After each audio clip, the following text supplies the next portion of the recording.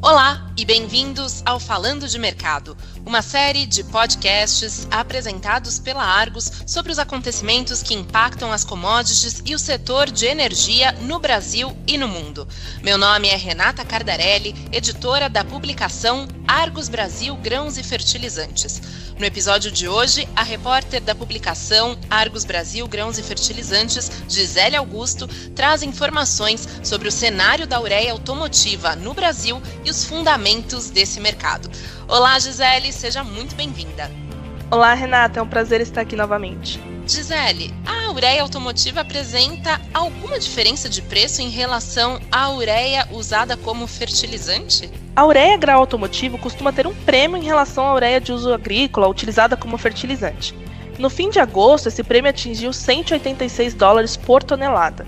Esse tipo de ureia é utilizada muito na produção do Arla 32, que é um agente redutor líquido automotivo usado em veículos movidos a diesel, justamente para reduzir a emissão de poluentes. Essa diferença no preço é um dos maiores desafios do consumo da ureia automotiva. Muitos compradores comparam os preços das ureias e acabam por adquirir a fertilizante, que não é recomendada para uso automotivo, devido às especificações químicas que tendem a ser mais poluentes.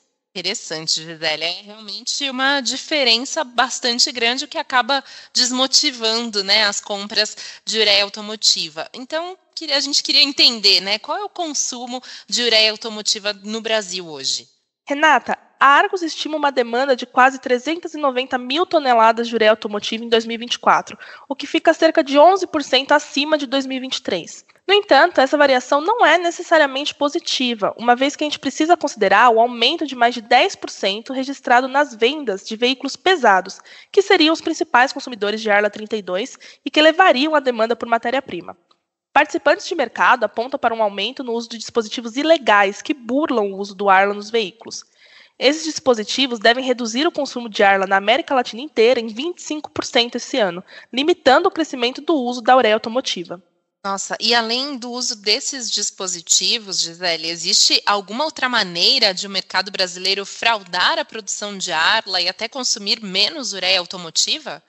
Renata, sempre existe, Então, os produtores de Arla que importam alguns volumes de ureia automotiva fazem mistura com a ureia agrícola para reduzir o custo de produção, mas garantindo algum percentual de produto dentro da especificação necessária. Por exemplo, é possível, pensando apenas no teor de biureto, que é um dos componentes da ureia automotiva, misturar uma ureia agrícola com um teor mais alto de biureto com a automotiva com menor percentual de biureto. Assim, quando a mistura for dividida para a produção, a média fica dentro do máximo de 0,8% estabelecido pela norma ISO. Nossa, ou seja, basicamente misturar a ureia grau fertilizante com a ureia automotiva para, na média, atender ao padrão. Qual a especificação necessária da ureia automotiva para a produção do Arla, Gi?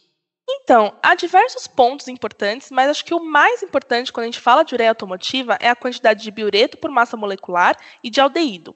A ureia para a produção de Arla não pode ter mais do que 0,8% de biureto por massa molecular e de 5 mg de aldeído por quilograma de ureia. Essas especificações são importantes para que o Arla tenha sua função atendida, ou seja, que ele reduza os poluentes e não prejudique o motor e outras partes dos veículos por conta do acúmulo de impurezas. E essa diferença de preços que você mencionou realmente é bastante grande, Ela é influenciada por quais fundamentos, Gisele? Renata, além das usuais questões de fluxos globais de oferta e demanda, o frete marítimo é um fator muito importante nesse mercado. Normalmente, a ureia automotiva é enviada para o Brasil em contêineres refrigerados de 40 pés, diferente dos embarques de navios graneleiros que a gente costuma ver no mundo da agricultura. A ureia automotiva não necessita de refrigeração, mas esse tipo de contêiner pode ser utilizado na viagem de volta, carregando carnes, por exemplo. Destaco que em um cenário sem restrição de oferta, a China está entre os principais fornecedores de ureia automotiva para o Brasil e, claro, é um importante mercado consumidor das commodities brasileiras. O frete de container varia de maneira diferente do navio graneleiro, especialmente esse ano. Com o aumento da participação de veículos elétricos chineses nos mercados globais, as empresas fabricantes elevaram o envio de peças para reparos e substituições para regiões como as Américas.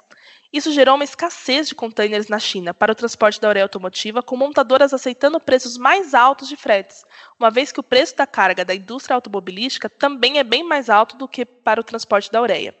No início de março, o frete de contêiner estava em torno de $65 por tonelada. Já no segundo trimestre desse ano, esse valor atingiu cerca de $445 por tonelada. E que outros fundamentos estão envolvidos no prêmio do preço da ureia automotiva, Gisele? Bom, outro fator que impactou a oferta para o Brasil também está relacionado com o país asiático e foi a suspensão das exportações de ureia da China. Como uma das principais fornecedoras para o Brasil, a restrição dessa oferta chinesa fez com que os compradores tivessem que ir atrás de outros mercados usuais para o Brasil ou de novos parceiros. Cargas da Rússia comuns ao mercado brasileiro seguiram sendo ofertadas, mas em volumes mais baixos, sem grandes disponibilidades no mercado spot e com os fornecedores concentrados em cumprir contratos previamente acordados. Também começamos a acompanhar um aumento no número de cargas egípcias ofertadas ao Brasil. Essa não era uma origem tradicional, mas se tornou uma alternativa para os importadores. No entanto, as constantes restrições no fornecimento de gás na região, paralisação de unidades produtivas de ureia, fizeram com que a disponibilidade dessa origem também ficasse limitada. A Arábia Saudita também fornece a ureia para o Brasil e normalmente a preços mais altos do que as demais origens, devido a essa qualidade superior, uma vez que é uma ureia que tem um percentual de biureto abaixo do máximo estabelecido pelas normas e menor do que os demais fornecedores. E por último, mais recentemente, a gente começou a ouvir cargas vindas do Uzbequistão para o Brasil. Muito interessante, Gisele. Parece que esse mercado ainda realmente tem muitos desafios pela frente, tanto pensando na educação do uso no Brasil, quanto em disponibilidade global. Muito obrigada pela sua participação, Gisele. Volte mais vezes, e este e outros episódios do nosso podcast estão disponíveis no site da Argus, em www.argusmedia.com. Acesse a página para acompanhar os acontecimentos que afetam os mercados globais de commodities e entender os desdobramentos no Brasil e na América Latina. Em breve voltaremos com mais uma edição do Falando de Mercado. Até lá!